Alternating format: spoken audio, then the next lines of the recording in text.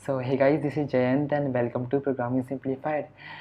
So guys, wait is over and इस video में देखते हैं कि what is Kotlin multi platform. तो देखो यार, कॉटलिन मल्टी प्लेटफॉर्म क्या होता है कि यार कॉटलिन मल्टी प्लेटफॉर्म एक जस्ट एक प्लगइन है, एक मॉड्यूल है, एक प्रोजेक्ट है जिसके थ्रू हम बोथ एप्लीकेशन क्रिएट कर सकते हैं, क्रॉस प्लेटफॉर्म एप्लीकेशन क्रिएट कर सकते हैं, लाइक एंड्रॉयड आईओएस क्रिएट कर सकते हैं और भी हम बहुत सारी चीज़ें कर सकते हैं। बट हमारा मेन जो फोकस होगा ना अभी क्रॉस प्लेटफॉर्म एप्लीकेशन पे होगा, लाइक एंड्रॉयड और आईओएस पे होना चाहिए। अब इसमें एक्चुअली होता क्या है कि जो भी हमारा बिजनेस लॉजिक होता है ना, देखो यार, जो बिज़नेस लॉजिक होगा दोनों एप्लीकेशन में सेम होने वाला है। लाइक मान लो कि हमें डेटाबेस से डेटा को फेच करवाना है या सर्वर से डेटा को फेच करवाना है या कुछ लॉजिक लगाना है हमको यहाँ पर, तो वो जो बिज़नेस लॉजिक होता है ना वो तो सेम होता है यहाँ पर। तो क्यों हम बिज़नेस लॉजिक दोनों एप्लीकेशन के लिखे, हम क्या कर सकते हैं, एक शेयर के अंदर एक शेयर मॉड्यूल बना सकते हैं और उसके अंदर बिज़नेस लॉजिक लिख सकते हैं और दोनों के अंदर शेयर हो जाएगा आराम से। तो इस तरीके से केएमएम वर्क करता है यहाँ पर। अब देखो, केएमएम की बात जब होती है तो यूज़र इंटरफेस में आता है कि भाई एंड्रॉयड और आईओएस एप्लीकेशन के लिए यूज़र इंटरफेस बनाना पड़ेगा। देखो यार, यूज़र इंटरफेस यहाँ पे कॉमन नहीं होता कि अगर आपने कॉटलिन से बना दिया यहाँ पर तो दोनों में वर्क करेगा, ऐसा कुछ नहीं। यहाँ पर यूज़र इंटरफेस की बात करें तो ये दोनों में करना पड़ेगा आपको। तो अभी जैसे एंड्रॉयड के लिए जेटपैक कंपोज और आईओएस के लिए स्विफ्ट यूआई होना पड़ेगा, जो दोनों ही बहुत ज़्यादा ईजी हैं। अगर आपको जेटपैक कंपोज आता है तो क्विकली 2 या 3 दिन के अंदर आराम से सॉफ्टवेयर लर्न कर सकते हो। नहीं भी आता कोई बात नहीं यार, सिर्फ जेटपैक कंपोज आता है तब भी इनफ है यहाँ से, ठीक है। तो देखो, इतना काम हो चुका है, हम लोगों ने केएमएम का इंट्रोडक्शन देख लिया। ज़्यादा कुछ हम लोग नहीं देखेंगे बिकॉज छोटी छोटी चीज़ें पर फोकस करेंगे, देन किसी बिग चीज़ में आएंगे। तो हमारा मेन मोटिव क्या होना चाहिए कि अभी देखते हैं कि यार एक केएमएम से हम लोग एंड्रॉयड और आईओएस प्रोजेक्ट कैसे क्रिएट करते हैं। तो देखो, अभी मैं अपने एंड्रॉयड स्टूडियो पे आ चुका हूँ और देखते हैं केएमएम कैसे स्टार्ट करते हैं। तो सबसे पहले आपको क्या करना पड़ेगा, एक प्लगइन इंस्टॉल करना पड़ेगा। तो इस प्लगइन सेक्शन में जाने का, देखो इस प्लगइन में जाओगे ना तो एक यहाँ पर आप सर्च कर सकते हो केएमएम, जो कॉटलिन मल्टी प्लेटफॉर्म। यहाँ पर इस प्लगइन को इंस्टॉल करना पड़ेगा। तो मैं ऑलरेडी इंस्टॉल कर चुका हूँ। जब आप इंस्टॉल कर लोगे ना तो आप प्रोजेक्ट पे जाने का यहाँ पर, एंड इस प्रोजेक्ट पे न्यू प्रोजेक्ट पे क्लिक करने का। देखो, जब न्यू प्रोजेक्ट पे क्लिक करोगे ना यहाँ पर तो नीचे थोड़ा सा स्क्रॉल करने का यहाँ पर, तो देखो यहाँ पर आ गया कॉटलिन मल्टी प्लेटफॉर्म ऐप और एक कॉटलिन मल्टी प्लेटफॉर्म लाइब्रेरी। तो अभी कॉटलिन मल्टी प्लेटफॉर्म एक ऐप क्रिएट करने का हम लोगों को, तो इस पर क्लिक करने का और यहाँ से नेक्स्ट करने का। देखो अभी यहाँ पे नेम दे देते हैं, मान लो कि के एम वाई टी करके मैंने प्रोजेक्ट का नाम दे दिया और मुझे नेक्स्ट पे क्लिक करने का। देखो, जब नेक्स्ट पे क्लिक करोगे ना तो यहाँ पर एक चीज़ आती है कि Android application name, iOS application name, जो कि हम लोगों को पता है ये रखने का यहाँ पर। उसके बाद आता है यहाँ पर शेयर मॉड्यूल नेम। एक ना, अब देखो यहाँ पर एक और पैकेज बनता है जो कि शेयर्ड नाम से बनता है और यहाँ पर हम वो कोड लिखते हैं जो हमें शेयर्ड करना पड़ेगा, जो बिजनेस लॉजिक लिखते हैं जो दोनों एप्लीकेशन में शेयर्ड होंगे यहाँ से। और कोई सैम्पल टेस्ट अगर लगाना है तो आप यहाँ पे ऐड कर सकते हो, मुझे अभी ऐड नहीं करना। उसके बाद आता है आईओएस फ्रेमवर्क डिस्ट्रीब्यूशन। अब देखो यहाँ पर मुझे 2 चीज़ चूज़ करनी पड़ती है, एक कोकोपैड चूज़ करना, रेगुलर फ्रेमवर्क चूज़ करना। ये क्या करता है, जैसे हमारे पास ग्रेडल होता है ना, तो उनके पास क्या होता है, कोकोपैड होता नहीं, तो यहाँ पर रेगुलर फ्रेमवर्क होता है जो डिपेंडेंसी को मैनेज करने का काम करता है। तो हम लोग क्या करते हैं, ये रेगुलर फ्रेमवर्क चूज़ कर लेते हैं। आजकल आई थिंक कोकोपैड ज़्यादा यूज़ नहीं होता, सब लोग आई थिंक रेगुलर जो फ्रेमवर्क है आईओएस का वो यूज़ कर रहे हैं यहाँ पर। तो इतना सेलेक्ट करने के बाद अभी नेक्स्ट करने का और हमारा एक यहाँ से एक केएमएम प्रोजेक्ट स्टार्ट हो जाएगा। यहाँ पे थोड़ा टाइम लेगा बट ये जल्दी स्टार्ट हो जाएगा। तो देखो, हमारा प्रोजेक्ट जो है स्टार्ट हो चुका है यहाँ से। अब यहाँ पर मुझे क्या करना पड़ेगा, सबसे पहले इस एंड्रॉयड से प्रोजेक्ट में स्विच कर जाओ। देखो, जब स्विच करेंगे ना यहाँ पर, तो देखो यहाँ पर हमारे पास 3 जो है मेन फोल्डर आने वाले हैं, जो कि एक पहला एंड्रॉयड ऐप का होगा, एंड सेकेंड आपका आईओएस ऐप का हो जाएगा, एंड थर्ड आपका शेयर्ड नाम का यहाँ पे। अब देखो, अगर आपको एंड्रॉयड एप्लीकेशन का कोड लिखना है ना, यूआई बनाना है तो एंड्रॉयड ऐप में लिखेंगे, आईओएस का बनाना है तो हम आईओएस के अंदर लिखेंगे, और शेयर्ड का मतलब क्या है कि जो कोड कॉमन रहेगा between Android app and iOS app, तो यहाँ पर हमें वो कोड लिखना पड़ेगा। सिंपल एंड ईजी, ठीक है, परफेक्ट, ये हो चुका है। अभी अगर मैं आपको एंड्रॉयड का फोल्डर दिखाऊँ, सबसे पहले अगर मैं जाता हूँ एक बार स्विच कर जाता हूँ एंड्रॉयड के अंदर यहाँ से, और एंड्रॉयड पर पहले बात कर लेते हैं कि इसके अंदर क्या करना है हमको। अभी जब जाओगे ना यहाँ से, देखो मेन एक्टिविटी जब ओपन करोगे यहाँ से, तो यहाँ पर हम लोग गए और ये देखो यहाँ पर एक्सएमएल है और हम लोगों को पता है कि हमें एक्सएमएल बिल्कुल पसंद नहीं है। तो इस प्रोजेक्ट को सबसे पहले मुझे जेटपैक कंपोज में कन्वर्ट करना पड़ेगा, क्योंकि होता है यहाँ पर क्या है कि बाय डिफ़ॉल्ट हमें एक्सएमएल के अंदर ये प्रोजेक्ट मिलता है। तो हम लोग को क्या करना पड़ेगा, सबसे पहले इसको कन्वर्ट करना पड़ेगा जेटपैक कंपोज के अंदर, बिकॉज जेटपैक कंपोज में करोगे तो ज़्यादा बेटर है मल्टी प्लेटफॉर्म प्रोजेक्ट को। तो मैं सबसे पहले क्या करता हूँ, इसको कन्वर्ट कर देता हूँ जेटपैक कंपोज के अंदर। तो फाइनली हमारा प्रोजेक्ट जेटपैक कंपोज में कन्वर्ट हो चुका है। देखो मैंने यहाँ पे कुछ डिपेंडेंसी बस ऐड करी कंपोज की, और इसका जो वर्जन था 1.1.1 था, ठीक है। और आप यहाँ पे देख रहे हो ना यहाँ कि इम्प्लीमेंटेशन में प्रोजेक्ट शेयर्ड लिखा हुआ है। अब जो ये शेयर्ड मॉड्यूल था ना, इसको मैंने यहाँ पे इंपोर्ट कर दिया है। देखो इस तरीके से हम लोग इंपोर्ट करते हैं ताकि जो भी शेयर्ड के अंदर जो भी एंड्रॉइड का कोड लिखा है उसको मैं यहाँ पे यूज़ कर सकूँ, ठीक है। और बेसिकली और जो देखो ना यहाँ पर जो हमारा कंपाइल एसडीके वर्जन है, ये नॉर्मली है जो हम लोग अपना नॉर्मल एंड्रॉइड प्रोजेक्ट में करते हैं, इसमें ज़्यादा कुछ बताने लायक नहीं है। अगर मैं अपने बिल्ड और ग्रेडर केटीएस के अंदर आऊँ ना, यहाँ पे यहीं पर ही हूँ इस वाले प्रोजेक्ट लेवल के अंदर, तो देखो अभी हमारे पास जो ग्रेडल का जो कॉटलिन का हमारा जो वर्जन है ना, वो 1.6.10 को हम लोग यूज़ कर रहे हैं यहाँ पे, ठीक है। 1.6.10 का यूज़ करेंगे, इसलिए हम लोग यहाँ पर यूज़ करेंगे बिकॉज 1.6.10 है ना, वो हमारा कंपोज के 1.1.1 वर्जन के साथ स्टेबल है, तो इसलिए हम लोगों ने यहाँ पे यूज़ कर रखा है। तो अगर आपने चेंज नहीं किया तो आप चेंज कर लेना यहाँ से, ठीक है। और यहाँ पर आएंगे ना, यहाँ पे तो यूआई पैकेज के अंदर हम लोगों ने कलर वलर सब मैंने ऐड कर दिया है यहाँ पर। तो ये आपको मैनुअली ऐड करना पड़ेगा, ये आपको बाय डिफ़ॉल्ट नहीं मिलेगा, जैसे हम कंपोज प्रोजेक्ट क्रिएट करते हैं ना, वैसे नहीं मिलेगा। देखो तो हम जब थीम पे जाएंगे ना, तो ये हमारे यहाँ पे थीम हुआ है KMM थीम करके। अब मुझे करना पड़ेगा, मेन एक्टिविटी में जाना है और इसको कन्वर्ट करना पड़ेगा कंपोज के अंदर। तो सिंपली ये बड़ा है, कुछ नहीं करना पड़ेगा, इधर आना है आपको और इसको देखने कंपोनेंट एक्टिविटी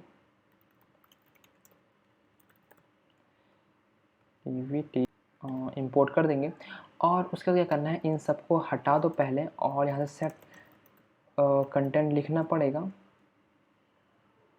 देन यहाँ से आपको थीम देना पड़ेगा, तो के में मैंने थीम प्रोवाइड करवा दिया, परफेक्ट। एंड यहाँ से आप एक टेक्स्ट व्यू के अंदर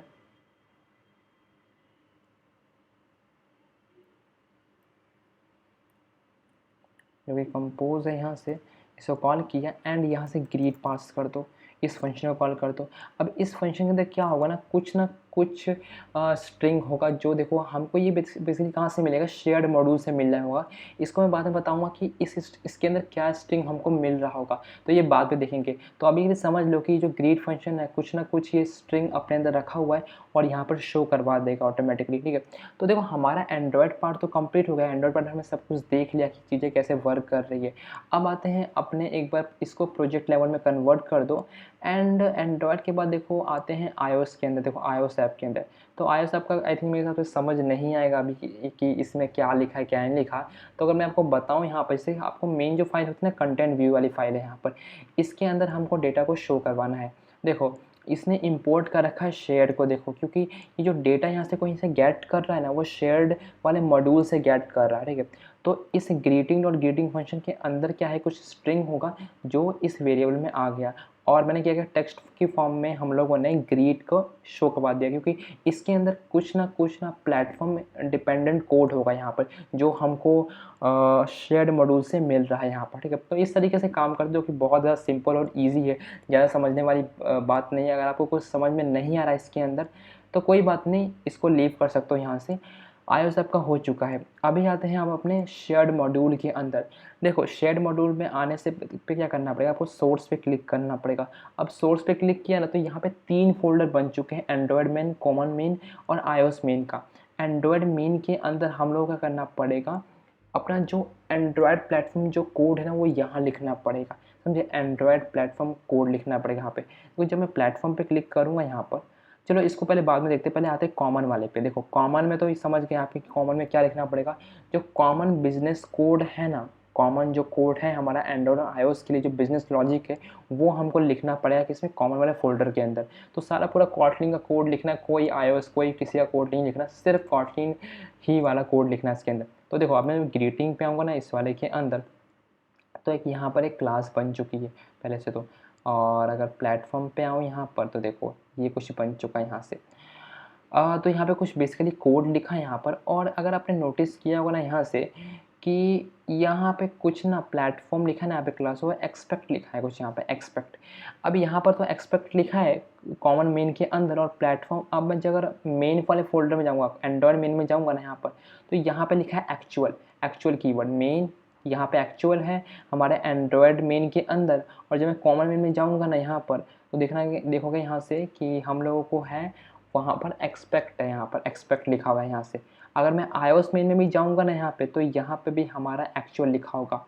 तो ये बेसिकली इसको मैं आपको नेक्स्ट वीडियो के अंदर बताऊँगा कि ये एक्सपेक्ट और एक्चुअल बेसिकली होते क्या है यहाँ पर, ठीक है। तो ये आप आराम से समझना। इसको अगर नहीं समझ में आ रहा कोई बात नहीं, इसको छोड़ दो, अभी के लिए अभी के लिए छोड़ सकते हो यहाँ पे। अभी इतना समझ लो कि कॉमन मेन के अंदर ना कि कुछ स्ट्रिंग है, कुछ डेटा है जो हम अपना एंड्रॉयड और iOS बोथ एप्लीकेशन में यूज़ कर रहे हैं यहाँ पर।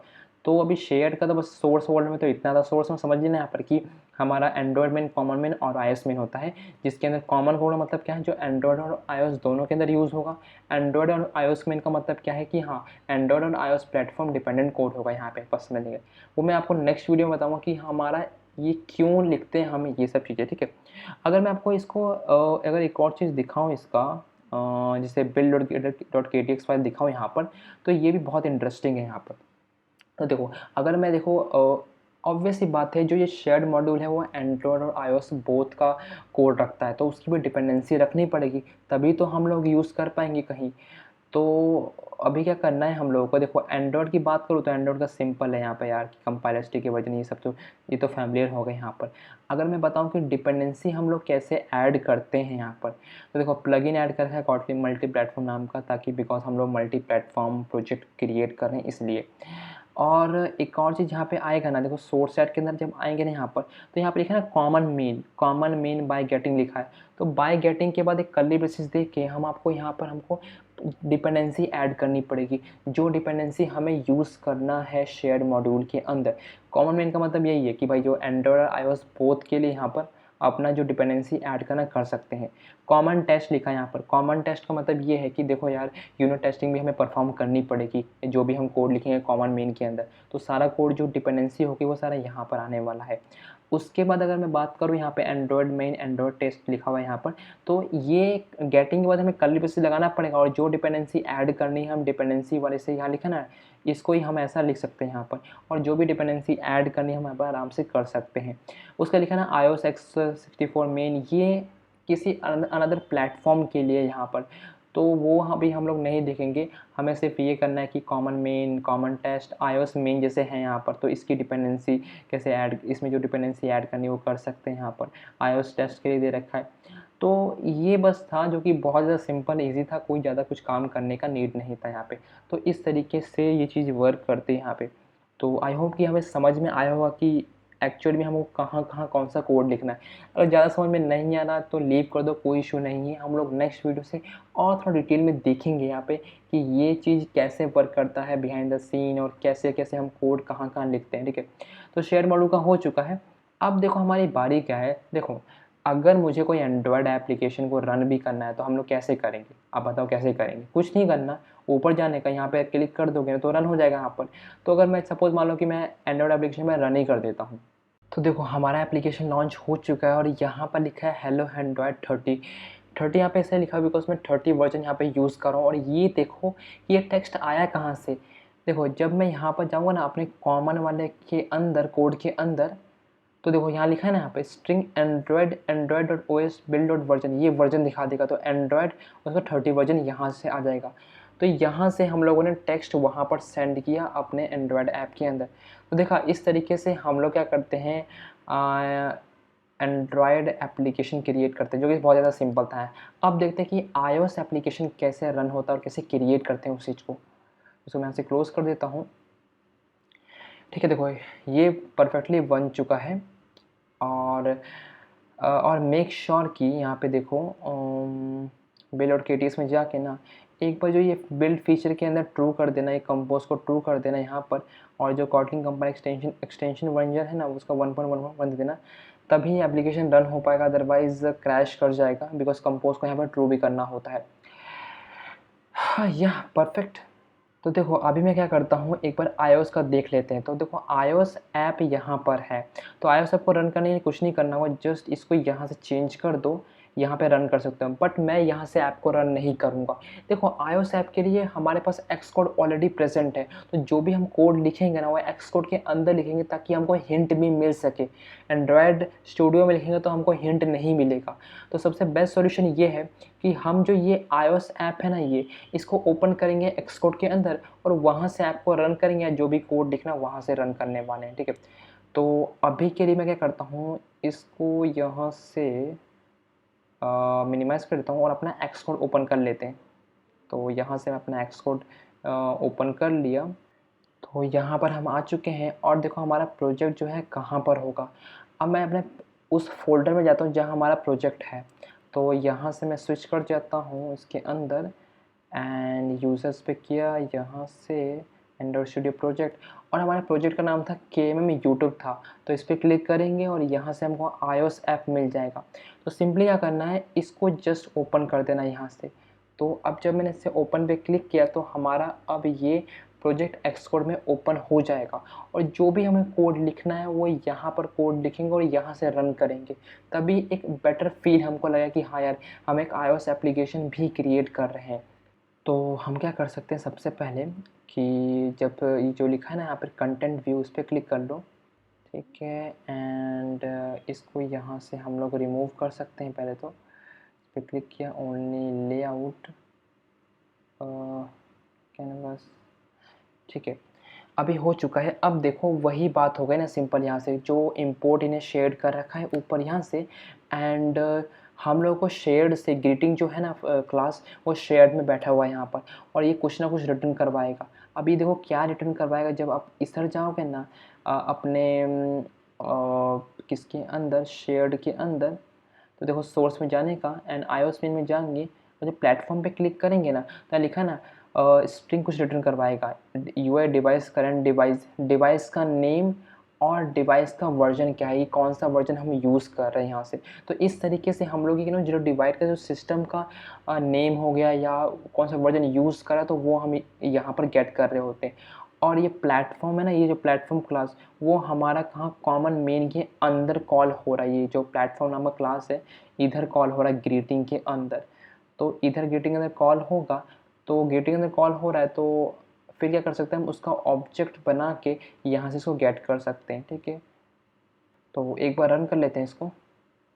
तो देखो हमारा एप्लीकेशन लॉन्च हो चुका और यहाँ पर लिखा ना हेलो iOS 16.0। तो बिकॉज ये जो है सिस्टम से कॉल हुआ, यहाँ पे जो भी हमारा ग्रीट के अंदर जो डेटा था वो यहाँ पे शो करवा दिया।